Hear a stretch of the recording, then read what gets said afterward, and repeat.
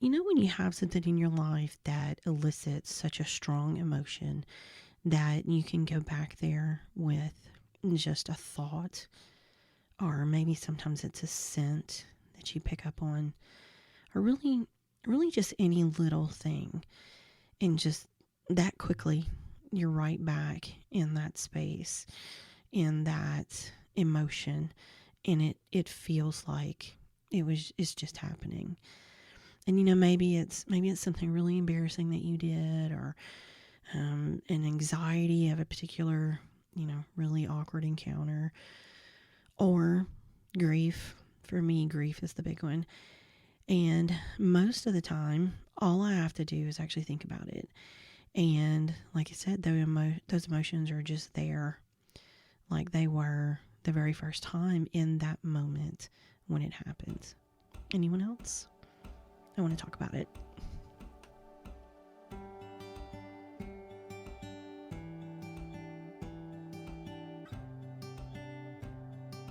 Welcome back to Soulful Wonderings, the space where we search for meaning in everyday life and honor the lessons that help us grow. I'm Heather and I'm your host. I guess before we get started, let me kind of apologize. Pardon me for my raspy, getting over a cold voice that I have today. But I think we've got it mostly stable, so we will continue with today's episode. Also want to remind you that if you would like to subscribe to our podcast, we would love that. You can also head over to our socials and follow us there, and we will put all that information in the show notes. So back to it.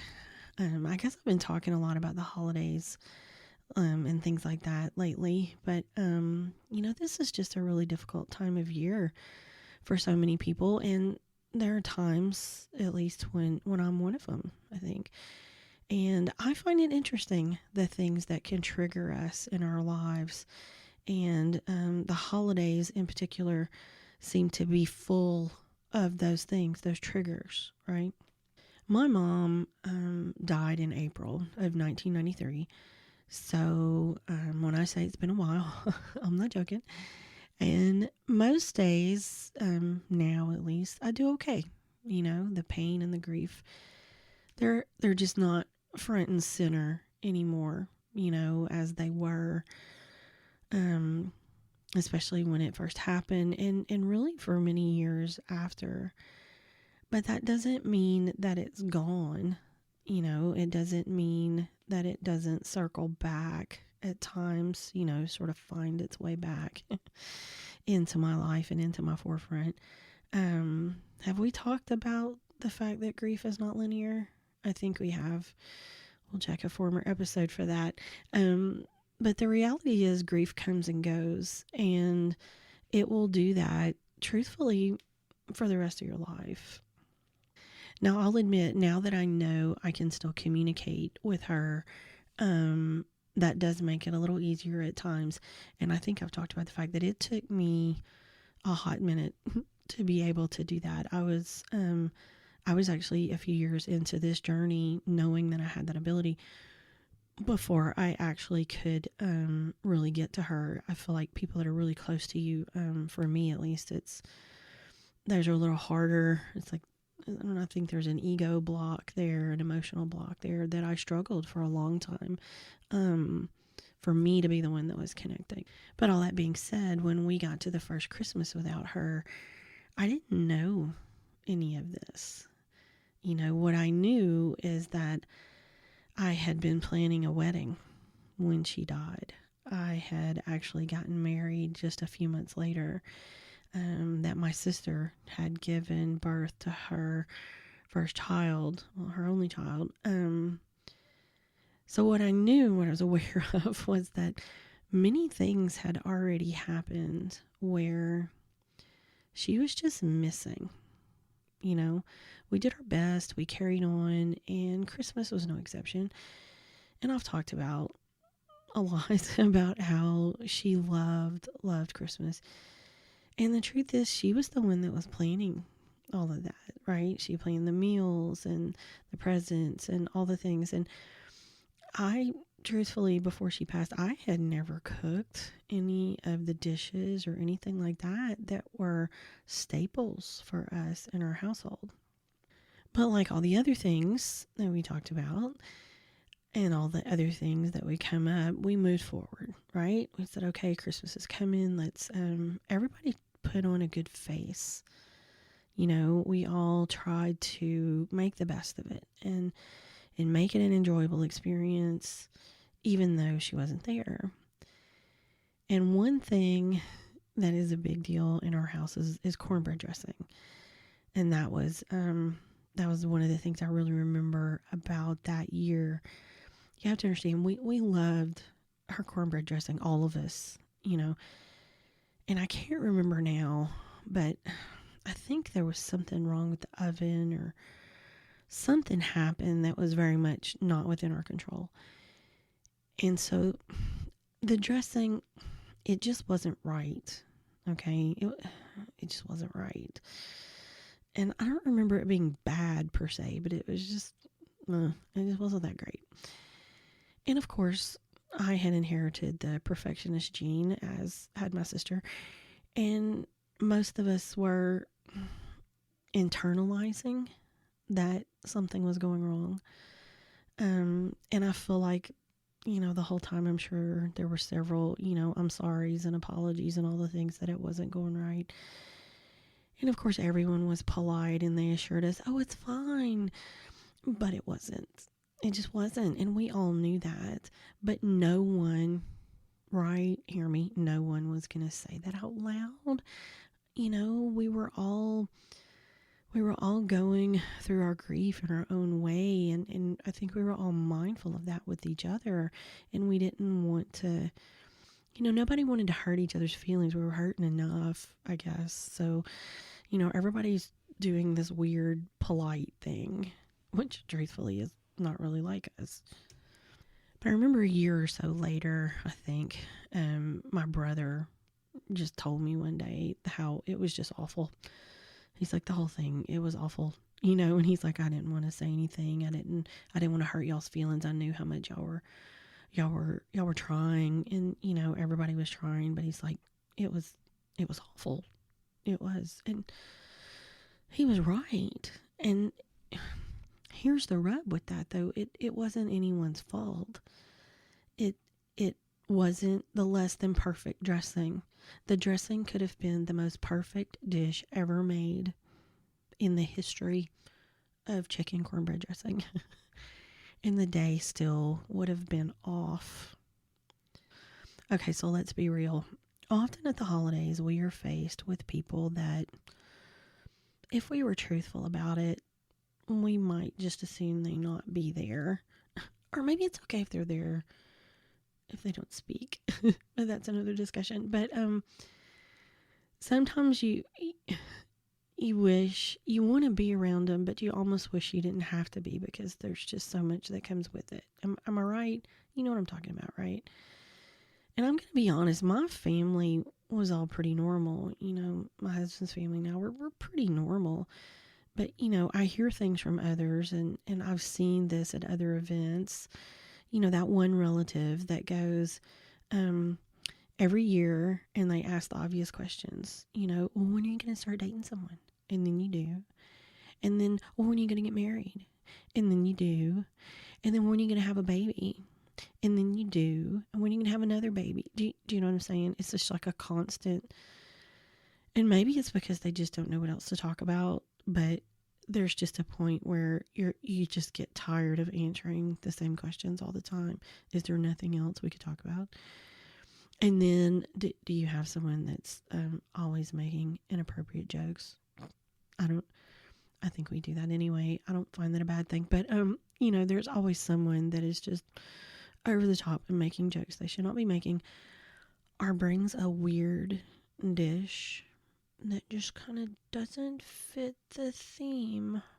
Or maybe it's just gross and nobody wants to eat it. You know what? I may be thinking about the Griswolds with this, but still, you know there are people out there that have these folks in their lives. I know there is. But this and what we were dealing with that day was not that. Like I said, everything could have been perfect. It could have been, but it wasn't. The annoyance of people is one thing to deal with. It is. It's one set of circumstances and anxiety on its own. But the absence of people, of someone special, of someone that should be there, is a very different ball game. And no matter what we did, no matter how perfect it was, no matter how hard you tried, it just didn't matter. She just wasn't there. It's like making a gingerbread house with no icing. The glue that held us all together was gone. And the hole she left was just immense. And there was nothing you could do to fill it. And everyone felt it. But we got through it. We managed. As time went on, we were more honest with each other. Time helped. It wasn't so raw, so you could actually talk about it. But it was never the same. And of course, after my sister passed, the getting together was harder and even weirder, if that's even possible. And trust me, it is. And then my dad passed, and it just kind of really all fell apart at that point. My brother was really the only family I had left, and we had struggled with a lot of things.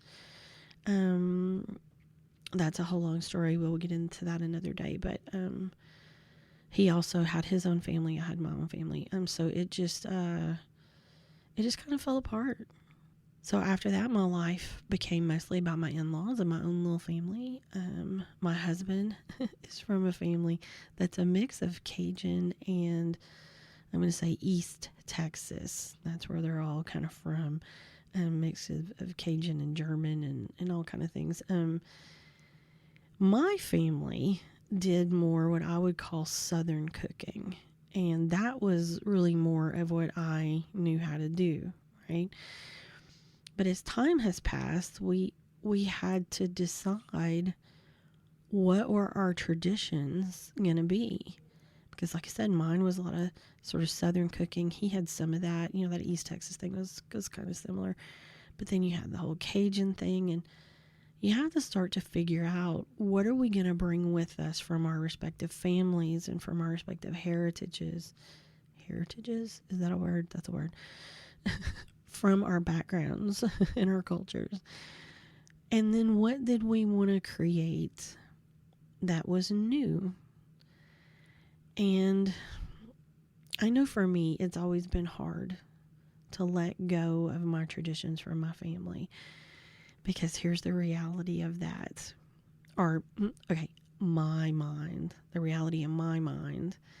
Letting go meant I was letting them go. That's what my head was telling me. That if I let go of these traditions, if I let go of doing these things, then I'm mom, dad, my sister, all that. It goes away because they're no longer with me. If we stopped having cornbread dressing for Christmas every year, then would I forget my mom and all the things that she did for us? I also, in those thought processes, was trying to figure out, what do I pass on to my son? Right? He is the next in line, essentially. And he's bringing both me and my husband, right? So how do I teach him?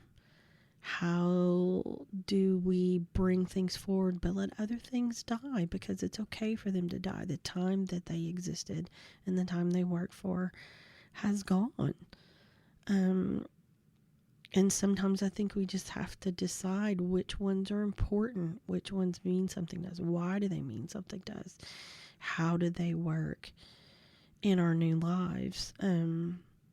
I think I've told this story before, but I remember I read this in Reader's Digest, y'all. That's a long time ago. They used to put those little stories in there. And this lady talked about how when her mom would go to the butcher, she would always have the end of the ham cut off. Or maybe it was the roast. Anyway, let's say ham. She would have the end of the ham cut off. And so, when she started preparing Christmas dinner the first time, she said her husband to get the, go to the butcher, get the ham. He comes home and she's freaking out. Why didn't you get the end of the ham cut off? And he says, why am I supposed to? And finally she says, well, I don't know. Mom always did it. So she calls her mom. Mom, why'd you always get the end of your ham cut off? And the mom goes, well, I don't know. My mom always did it. So, well, they call the grandmother. Granny, why do you always get the end of your ham cut off? And she goes, because my pan was too small. So sometimes traditions are there for reasons that we don't even understand. And that one always cracks me up because I'm very certain there are things we do kind of the same way, that it was because someone else didn't have the proper pan. Well, I can cook the whole ham. I have a bigger pan. So that's what I mean by sometimes we do have to really visit some of these things and really decide what's important to us and why it's important. All that to say that doesn't make it any easier to reconcile, however. And for us, we had to go through that and we had to figure it out. We had to figure out what it is that we like. What did we want to keep? I'm pleased to say the cornbread dressing is actually a big thing for us. And we do it every Christmas and really no other time. It's not hugely in depth, but it does take a decent amount of work, a decent amount of time. And so it's just not something that we do any other time except Christmas. And that also makes it super special because it's something that we can look forward to every year. And I still use my mom's recipe to make it. We also make a candy that we all like that time of year. It's something that my grandmother used to make for us. And the truth is, I think she actually made it mainly during the summer because I remember her keeping it in the fridge, which we don't do that. But I remember her, it was cold and it was really good. But we make it at the holidays and I actually call it granny candy. I know, really creative, right? But it's just the candy that my grandmother made. And I imagine that this may be at least an inkling of what crack is like, because I'm telling you, you can't keep that stuff around the house. You can't. It's just like a constant, let me go nibble some. It's really bad. And of course, when you buy the ingredients, the packaging comes in such a way that you have enough to make 2 batches when you make it. And a batch is like a 9 by 11, 9 by 13, a rectangle size pan. So it's a lot, so we don't keep that around. We only make it during the holidays. And of course we always bring it to gatherings or parties or whatever that we're going to, because like I said, to us, it's really special. That's the only time of year we make it. Those are the 2 that are probably the biggest for us that kind of survived. I think we talked about in another episode how Santa would come to my house on Christmas Eve. And we do ours Christmas morning. We like that tradition better. That worked better for our son. But what we do is we open our stocking as a little treat on Christmas Eve after we've had dinner. So that's, it's kind of a way of joining both of those traditions. So that's nice. We also try to get at least one viewing of the movie A Christmas Story. That's one of my favorites. And then there are a few other holiday movies that we tend to watch throughout kind of the month of December, I would say. Polar Express. We love Prep and Landing. And I'm not trying to give, Disney a plug, but those little shows are absolutely adorable. If you haven't seen them, you should watch them. And then, of course, some of the old school, what is that, claymation? No, is that how they did it? But the old school animation, Santa Claus is coming to town, Frosty Snowman, all those. I love watching those. And then whatever Peanuts or Snoopy ones are on. Anyway, and the truth is, I would say that we don't have any non-negotiables, that this has to happen. Actually, that may not be true. There might be a revolt if there was no dressing or granny candy. There really might be. I say that, but if there was a real reason, if there was a true reason as to why we weren't doing it, my guys wouldn't hesitate to just do what had to be done. But it's gonna have to be a real reason, y'all. Otherwise, seriously, they gotta have that. And of course, there are still times when you go to make the dressing, so you pull out the cookbook. And she had made me a recipe book where she hand wrote different recipes of things that she cooked that of course I enjoyed. And of course I'm looking at her handwriting and the way it was just so neat, and the little circles, the loops that she made when she wrote in cursive. Just she had such a unique handwriting. And of course there are little stains on the book from us using it so much. And in a way, that's just so perfect, because it's just a little way to have mom with me, all those childhood memories. And she would love that recipe book has been put to good use, and that we have made that part of our family. That would absolutely tickle her, make her smile. So even though that reconciliation hasn't always been easy, it has helped me work through grief and actually see what's important. Look at things and say, okay, is this a non-negotiable, and why? And is it a good reason? Like we talked about before.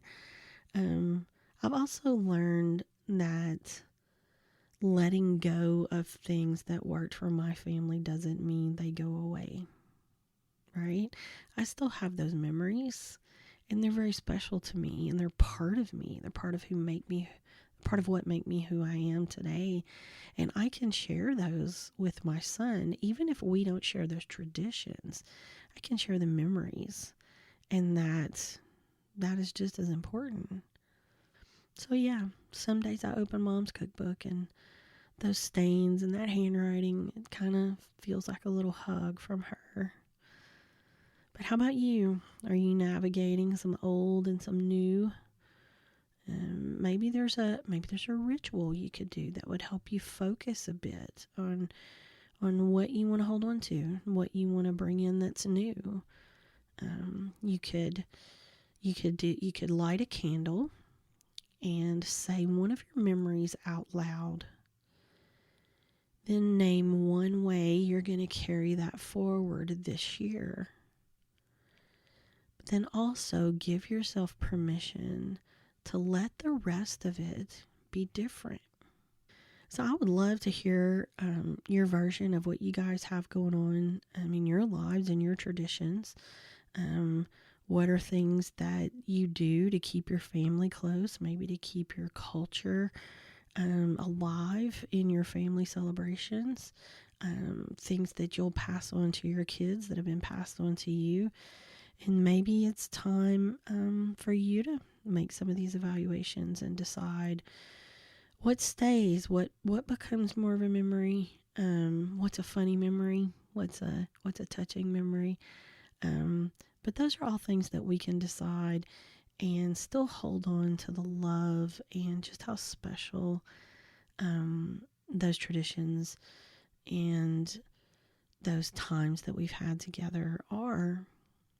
So like I said, I would love to hear what you have going on. Feel free to do that on our socials. Leave some comments and let us know. I would love to hear it. And also what you're doing, if you need to make adjustments in your life right now. I would love to hear what you're doing and how you're making that happen. So as we leave today, I have a blessing for you. May what matters stay. May what's heavy soften.